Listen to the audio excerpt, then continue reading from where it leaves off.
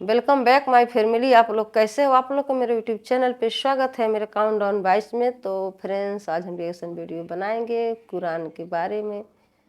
तो वीडियो शुरू करने से पहले सब्सक्राइब, लाइक, शेयर कर दीजिएगा, बेल आइकन पे क्लिक कर दीजिएगा। आने वाली हर एक वीडियो को नोटिफिकेशन आप लोग के मिलती रहेगी। प्लीज सपोर्ट कीजिएगा।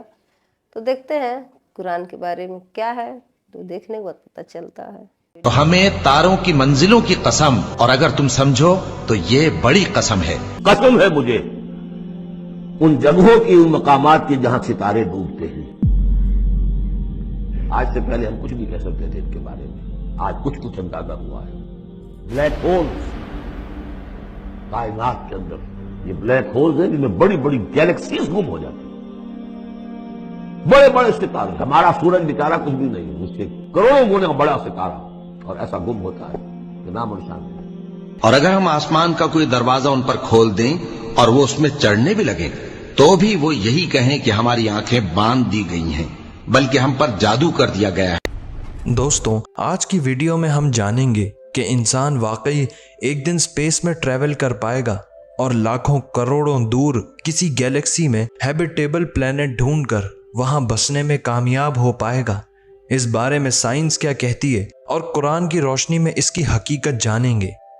दोस्तों, अगर हम इंसान कोई स्पेसक्राफ्ट इन्वेंट कर लें जो स्पीड ऑफ लाइट यानी 3 लाख किलोमीटर पर सेकंड की रफ्तार से स्पेस में ट्रैवल करे, तो हमें अपनी मिल्की वे गैलेक्सी से बाहर निकलने के लिए 1 लाख साल दरकार होंगे। और अगर हम अपनी सबसे नज़दीक पड़ोसी गैलेक्सी एंड्रोमेडा तक जाएं, तो मज़ीद 25 साल लाख दरकार होंगे। इसी बात से आप अंदाज़ा लगा सकते हैं कि जब करीबी चीज़ें इतनी दूर हैं तो ये यूनिवर्स कितना बड़ा है। ये हमारे लिए अनइमेजिनेबल है। लेकिन आज साइंसदान और स्पेस एजेंसीज लाखों करोड़ों लाइट ईयर दूर खला को एक्सप्लोर कर रहे हैं, जिसका फ़ायदा क्या जब हम वहाँ तक पहुँच ही ना पाएं। लेकिन अगर मैं आपसे कहूँ कि यही लाखों करोड़ों साल का फासला चंद लम्हों में या चंद मिनटों में तय हो जाए, तो ये बात इम्पॉसिबल सी लगती है। और यहाँ ये टॉपिक और दिलचस्प हो जाता है। लेकिन ये हकीकत है, मगर कैसे, यही सब आज की वीडियो में जानेंगे। हमारी स्पेस में ऐसे शॉर्टकट रास्ते मौजूद हैं जिनसे लाखों करोड़ों लाइट ईयर्स का फासला चंद लम्हों में तय हो जाएगा, और इन शॉर्टकट रास्तों को वर्म होल्स कहते हैं। 2014 में रिलीज होने वाली मूवी इंटरस्टेलर में यही सब दिखाया गया है कि कूपर और उनकी टीम अर्थ को छोड़कर एक दूसरे प्लेनेट की खोज में निकलते हैं, किसी दूसरी गैलेक्सी में, जहां वो एक वर्म होल के जरिए पहुंचते हैं चंद मिनटों के अंदर। अगर आप कहेंगे तो मैं इस मूवी को अलग से एक वीडियो में एक्सप्लेन कर दूंगा, लेकिन फिलहाल ये समझने के लिए कि वर्म होल्स कैसे दिखते हैं और इनके जरिए हम स्पेस टाइम में कैसे सफ़र कर सकते हैं, हमें समझना होगा आइंस्टाइन की थ्योरी ऑफ रिलेटिविटी को। आइंस्टाइन ने इस थ्योरी को प्रेजेंट किया था साल 1915 में। आइंस्टाइन ने कहा था कि तसव्वुर करें कि स्पेस एक चादर की तरह है और उस चादर पर ऑब्जेक्ट्स रखे गए हैं जिनके वजन से वह नीचे बेंड डाउन हो जाती है। हकीकत में स्पेस टाइम ऐसे ही बेंड होता है, बड़े बड़े स्टार्स के वजन से। जितना ज्यादा ग्रेविटेशनल फोर्स होगा किसी खलाई ऑब्जेक्ट का, उतना ज्यादा स्पेस टाइम कर्व हो जाएगा उसके अराउंड, और आसपास की चीजें उसके अराउंड रिवॉल्व करने लगेंगी। जैसे हमारे सोलर सिस्टम के तमाम प्लैनेट्स सूरज के गिर्द घूमने पर मजबूर हैं, उसके मास और ग्रेविटेशनल फोर्स की वजह से। आइंस्टाइन की थ्योरी के तो वैसे बहुत से सॉल्यूशंस निकले थे, लेकिन उनमें से ब्लैक होल और वर्म होल्स 2 मेन सॉल्यूशंस हैं। वर्म होल्स को आइंस्टाइन रोजन ब्रिज भी कहते हैं। ये बहुत ही आसान है समझना। ये बेसिकली एक शॉर्टकट रास्ता है स्पेस टाइम में जो 2 पॉइंट्स को कनेक्ट करता है। इसको ऐसे समझें कि इस पेपर पर 2 पॉइंट्स हैं A और B, जिसका एक सीधा रास्ता है A से B तक जाने का। लेकिन अगर इस पेपर को बेंड कर दें तो ये 2 डायमेंशन से 3 डायमेंशन में बदल जाएगा, और अब एक पॉइंट से एंटर होते ही आप दूसरे पॉइंट से बाहर आ जाएंगे, तो ये डिस्टेंस A और B का ख़त्म हो जाता है। यही सिचुएशन है वर्म होल्स की। हमें लगता है कि मिल्की वे गैलेक्सी से एंड्रोमेडा तक पहुंचने का सबसे शॉर्टकट रास्ता है 2.5 मिलियन लाइट ईयर्स। लेकिन अगर हमारी कायनात को 4 डायमेंशन में बेंड किया जाए या कर्व किया जाए, तो एक बहुत शॉर्टकट रास्ता निकल आएगा जो चंद मिनटों में हमें मिल्की वे से एंड्रोमेडा तक पहुंचा देगा। लेकिन 4 डायमेंशनल वर्ल्ड को तस्वुर करना हमारे लिए बहुत मुश्किल है, क्योंकि हम सिर्फ 3 डायमेंशन वर्ल्ड में रहते हैं। वर्म होल्स की मौजूदगी अभी तक के लिए सिर्फ थियोरेटिकली प्रूफ की गई है। हकीकत में इसकी एग्जिस्टेंस को साइंसदान नहीं देख पाए और ना कभी इस तक पहुंच पाएंगे।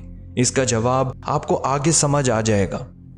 वर्म होल्स कैसे दिखते हैं? स्क्रीन पर जो आपको दिख रहा है ये एक वेबसाइट है जो आपको दिखाती है कि वर्म होल्स असल में कैसे दिखते हैं। और इंटरस्टेलर मूवी में जो वर्म होल दिखाया गया है ये काफ़ी हद तक रियलिस्टिक है। ये वर्म होल टाइम मशीन का भी काम करते हैं, क्योंकि आप मिनटों में मिलियंस ऑफ लाइट ईयर्स दूर पहुंच सकते हो। इसका मतलब है कि आप लाइट से भी पहले वहां पहुंच गए हो। वर्म होल्स कहाँ एग्जिस्ट करते हैं और हमें कैसे पता चलेगा? तो इसका जवाब है कि हमें बहुत ग्रेविटेशनल फोर्स की ज़रूरत है एक वर्म होल को खोलने के लिए, और ये ग्रेविटेशनल फोर्स आएगा सिर्फ ब्लैक होल से। ब्लैक होल्स आइंस्टाइन की थ्योरी ऑफ रिलेटिविटी की वजह से ही डिस्कवर हुए। इस थ्योरी के मुताबिक जितना ज़्यादा आप ग्रेविटेशनल फोर्स एक्सपीरियंस करेंगे उतना ज़्यादा आपके लिए टाइम स्लो हो जाएगा। इसे ग्रेविटेशनल टाइम डायलेशन कहते हैं। इसी कॉन्सेप्ट को इंटरस्टेलर मूवी में दिखाया गया है कि वो जिस प्लेनेट पर लैंड करते हैं उसका 1 घंटा हमारी ज़मीन पर 7 सालों के बराबर होता है। ऐसा इसलिए कि वो प्लेनेट ब्लैक होल के करीब होता है और ब्लैक होल से आ रहा ग्रेविटेशनल फोर्स इस प्लेनेट पर असरअंदाज होता है।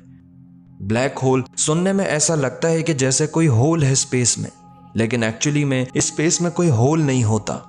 ब्लैक होल्स ऐसे ऑब्जेक्ट हैं खला में जिनका ग्रेविटेशनल फोर्स इतना ज़्यादा है कि वो लाइट को पूरे तरीके से अपने अंदर एब्जॉर्ब कर लेते हैं। हमें वही चीज़ें दिखती हैं जिन पर लाइट रिफ्लेक्ट होती है।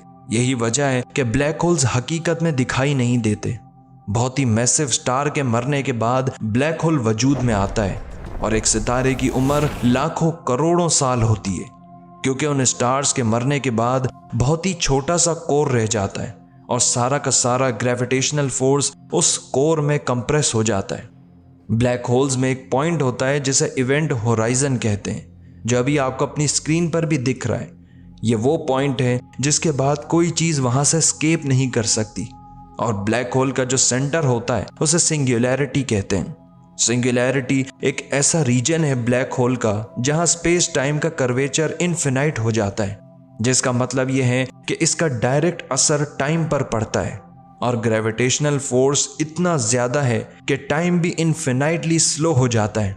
टाइम का इनफिनाइट होने का मतलब यह है कि जब हम ब्लैक होल से बाहर आ चुके होंगे तो कई मिलियन ईयर्स गुजर चुके होंगे, लेकिन आपकी उम्र उतनी ही होगी क्योंकि टाइम आपके लिए रुक चुका था। अगर आप किसी ब्लैक होल में गिरते हैं तो मिली सेकेंड्स में आपके टुकड़े हो जाएंगे ग्रेविटेशनल फोर्स की वजह से। एक ब्लैक होल में ही इतनी पावर है कि वो वर्म होल की टनल को खोल सके, लेकिन इस टनल की दूसरी तरफ भी ब्लैक होल हुआ तो आप इस टनल में ही ट्रैप होकर रह जाएंगे और कभी बाहर नहीं निकल पाएंगे। तो एक ऐसी चीज़ का होना लाजमी है जो ब्लैक होल के बिल्कुल ऑपोजिट काम करे। जिस तरह ब्लैक होल हर चीज़ को अपने अंदर सक कर लेता है, उसी तरह वो ऑब्जेक्ट उसका ऑपोजिट काम करे, यानी अपने से दूर फेंक दे। और ऐसे ऑब्जेक्ट को कहते हैं वाइट होल्स। वर्म होल के टनल को ओपन करने के लिए ब्लैक होल और उससे बाहर निकलने के लिए दूसरी साइड पे वाइट होल का होना लाजमी है, जो एग्जिट पॉइंट का काम करेगा। वाइट होल्स की एग्जिस्टेंस को साइंसदानों ने प्रूव करने की कोशिश की है आइंस्टाइन की इक्वेशन से। साइंटिस्ट का ऐसा मानना है कि बिग बैंग के टाइम पर जो धमाका हुआ था और उससे यूनिवर्स वजूद में आई थी, वो सब कुछ एक बहुत ही मैसिव वाइट होल से निकला होगा। कई साइंटिस्ट कहते हैं कि वाइट होल तब फॉर्म होता है जब एक ब्लैक होल मर जाता है, लेकिन अभी तक के लिए ये सब सिर्फ थ्योरीज हैं। वीडियो के स्टार्ट में जो मैंने आपको सूरह अल वाक़िया की आयत सुनाई है वो ब्लैक होल के वजूद की तस्दीक करती है, और अल्लाह ने सितारों की आखिरी मंजिल यानी ब्लैक होल की कसम खाते हुए कलाम किया है कि जहां सितारे गिरते हैं यानी ब्लैक होल की ग्रेविटेशनल फोर्स हर चीज़ को अपने अंदर खींच लेती है। और जैसा कि मैंने आपको थोड़ी देर पहले बताया कि इंसान कभी वर्म होल के ज़रिए सफ़र ही नहीं कर पाएगा, बल्कि कभी वर्म होल की टनल को भी खोल ना पाएगा। तो वो इसलिए कि कुरान में अल्लाह ने इरशाद फरमाते हुए साफ बता दिया कि अगर हम इन लोगों के लिए आसमान के दरवाजे यानी वॉर्म होल्स को खोल दें तो भी ये उसके ज़रिए सफ़र करने की सलाहियत नहीं रखते, और ये सब इनकी समझ से ही बालातर है। लेकिन इंसान की फितरत है कि उसे जिस काम से रोका जाए वो वही करता है। इन एथियस्ट साइंसदानों ने अल्लाह से चैलेंज किया हुआ है, जैसे हमान ने किया था कि वो सीढ़ी बनाएगा अल्लाह तक पहुंचने की। आखिर में दोस्तों बस इतना कहना चाहूँगा कि जो लोग कुरान को कदीम ज़माने की किताब और उस पर ईमान लाने वालों को सहराओं में दर बदर फिरते दीवाने कहते हैं, दरअसल इस कुरान में वो इल्म छुपा है जिसका हम तसव्वुर भी नहीं कर सकते, जिसको हासिल करने के लिए इन्हीं काफिरों ने अरबों डॉलर्स खर्च कर दिए और मज़ीद कर रहे हैं। कुरान वो मौजज़ा है जो अल्लाह ने हमें अता किया। हर दौर का एडवांस इल्म इस कुरान में उतारा, लेकिन हम इसे छोड़ बैठे हैं। तो फ्रेंड्स कितना अच्छा वीडियो में बताएं, मतलब कुरान में जो लिखा गया है, ब्लैक होल जो बताए हैं, जो मतलब रियल के है ब्लैक होल जो आसमान में है, जो लोग वहाँ पे जाते हैं तो बिल्कुल ख़त्म हो जाते हैं, टुकड़े टुकड़े के तरीके से हो जाते हैं। तो जो भी स्टार है हमारा, जो स्टार होती है, जो हम कहते हैं तारे हैं, जो ऊपर दिखाई देती है, तो तारे बहुत साल जिंदा रहता है, जो मर जाता है तो फिर टूटता है तो ब्लैक होल है उसके अंदर चले जाता है, तो उसमें इंसान जाएंगे तो मतलब ख़त्म हो जाते हैं। तो कुरान में भी ये सब लिखा गया है, ये सब ऊपर है तो ये बताए हैं। तो सच में कुरान में है एक ऐसी चीज़ छुपी हुई है कि जब उसको देखते हैं तो बाहर आता है, समझ में आता है, निकल के आता है। तो सच में जो इस दुनिया में है वो कुरान के अंदर भी है, तो सुनो तो समझ में आता है। तो मुझे तो बहुत अच्छा लगा, बहुत प्यारा लगा ये सुन के कुरान के बारे में। तो फ्रेंड्स आप लोग भी देखेंगे तो आप लोग को भी बहुत अच्छे से समझ में आएगी, आप लोग भी इसके बारे में समझिएगा और ज़रूर इसको पढ़ने की कोशिश कीजिएगा। मुझे तो बहुत अच्छा लगा, बहुत प्यारा लगा। तो फ्रेंड्स सब्सक्राइब, लाइक, शेयर कर दीजिएगा, बेल आइकन पे क्लिक कर दीजिएगा। आने वाली हर एक वीडियो की नोटिफिकेशन आप लोग को मिलती रहेगी। प्लीज़ सपोर्ट कीजिएगा। मिलते हैं नेक्स्ट वीडियो में। Bye bye friends.